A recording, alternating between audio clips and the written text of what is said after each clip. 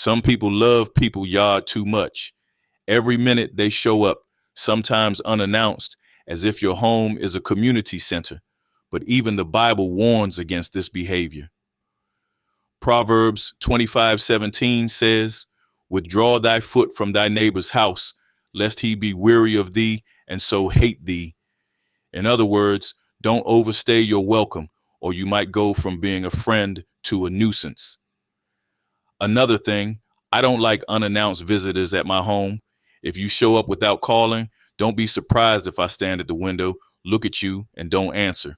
It's not personal. It's just that 99% of the time, I'm not in the mood to talk. I'm either busy doing housework or taking a much needed rest. I simply don't have the time to entertain drop ins. People need to respect personal space.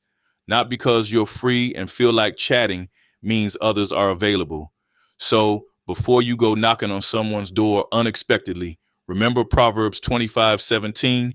Your presence should be appreciated, not tolerated.